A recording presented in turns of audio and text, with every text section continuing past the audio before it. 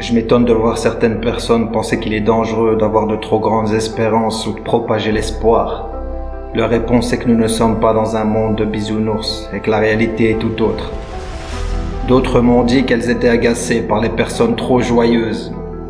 Je n'ai pas trop voulu comprendre pourquoi elles raisonnaient ainsi. J'ai compris que je devais m'éloigner d'elles par contre. Et puis pourquoi devrait-on se sentir coupable d'être heureux, alors que pour réussir sa vie il le faut? Je pense qu'il y a bien assez de gens qui répandent la peur, le désespoir et l'inquiétude, et que ce monde manque cruellement de personnes qui propagent l'inverse. Le vrai danger, ce n'est pas d'avoir de trop grandes espérances. Le réel danger, c'est d'avoir vécu une vie tout entière en étant resté bloqué, limité par les autres ou pire encore, par soi-même. Le conseil que je vais te donner aujourd'hui est essentiel. N'écoute plus aucun conseil. N'écoute plus aucun conseil si ce n'est ceux qui viennent de personnes optimistes, de ceux qui t'encouragent, t'inspirent et ravivent la flamme en toi. Presque tout le monde essaie de refiler son pessimisme, ce poison qui laisse la plupart au même point, qui fait que l'on jalouse dès qu'une personne obtient une chose que l'on n'a pas ou qui se démarque du lot d'une quelconque façon. Mais ce n'est pas de leur faute et les détester n'est pas la solution. La société a éduqué le peuple à une pensée uniforme, que c'est ainsi et puis c'est tout. Car consciente que l'humain a un esprit faible, fragile, qu'il croit en ce qu'il voit et ce qu'on lui répète sans arrêt. Sache que si tu entretiens tes pensées avec de bonnes affirmations, ta vie sera un véritable chef-d'œuvre.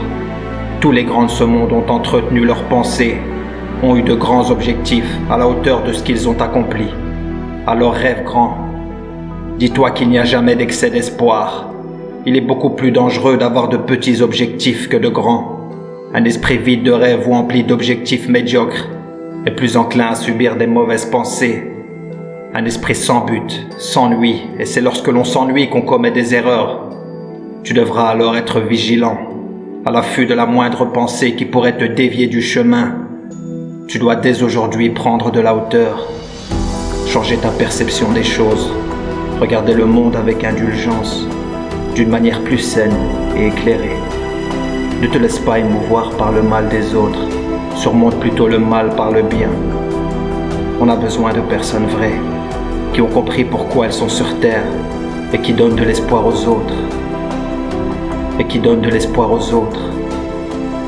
Et qui donnent de l'espoir aux autres. Si tu réussis à être un vecteur de ce mouvement, te seront dévoilées alors les richesses de ce monde. Tu obtiendras du pouvoir, tu retrouveras le pouvoir de choisir. Tu seras de nouveau maître de ta vie, digne de grands accomplissements. Tu seras alors digne d'être un leader, digne d'être suivi et écouté. Si tu comprends cela, tu apporteras la paix et l'union là où il y a discorde, le pardon là où il y a offense, la vérité où se trouve l'erreur, la foi là où est le doute, l'espérance où est le désespoir. Tu seras une lumière qui éclairera les ténèbres. Tout notre malheur réside dans une seule chose, notre mauvaise perception. Être fort, ce n'est pas dire « moi je ne me laisse pas faire ». La vraie force s'acquiert lorsque tu es mis au plus bas, lorsque tu n'as plus d'autre choix que de l'être. La vraie force, ce n'est pas être au-dessus des autres ou lutter constamment contre eux. Non, c'est réussir à prendre le dessus sur son propre côté obscur. C'est d'avoir le courage d'aller à contre-courant, même si tu es le seul à le faire, de ne pas juger par l'apparence. L'humain par nature juge par ce qu'il voit, par les gestes, les actes et les paroles. Beaucoup moins indulgent qu'envers lui-même, il se hâte d'apposer une étiquette sur chaque front. Si tu veux être heureux, tu dois dépasser cela. Dépasser ton enveloppe corporelle. Cette enveloppe qui n'est rien d'autre qu'1% de ton existence complète. Cette enveloppe de chair est ta prison. Toi qui aspires à l'infini, tu peux être libre en optant pour une vision saine. En face de toi, tu discutes avec une âme qui n'est rien de plus ou de moins que toi. Vous êtes tous deux lumière et vous vous ressemblez plus que vous ne le pensez. Comme tu aimerais être sauvé, tu dois vouloir qu'elle le soit aussi. Et si cette âme commet des erreurs, tu ne dois pas lui en vouloir. Ce n'est que son ego qui a pris le dessus. Pardonne-lui car sa saine nature est la même que la tienne. Si tu optes pour cette vision, tu trouveras alors la paix. Tu trouveras alors rédemption. une sortie à ta prison. La plupart des disputes résultent d'une seule chose, c'est que l'on n'accepte pas que d'autres ne voient pas le monde ou les choses comme nous. Remarque comme il est difficile de se disputer avec quelqu'un qui n'a pas besoin d'avoir raison. Alors brise tes limites, ces limites qui te font croire que tout est terminé, qu'après trop de bonheur vient la tristesse et vice-versa. Transforme plutôt tes pleurs en rires, ou tes larmes de tristesse en larmes de joie, de gratitude. La vie est si belle, accepte ce cadeau et sois reconnaissant. Tu peux, mais surtout tu dois être heureux. Tu y arriveras en te rendant compte de l'énorme chance que tu as d'être simplement là. Un état de conscience qui, une fois atteint, te fera marcher tranquillement sur terre, même si le monde s'écroule autour de toi.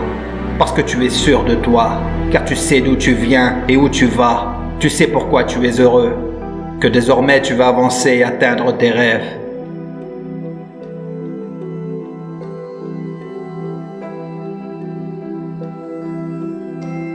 La tristesse en continu ne mène à rien, elle affaiblit, provoque du désordre dans le cœur et ruine l'esprit.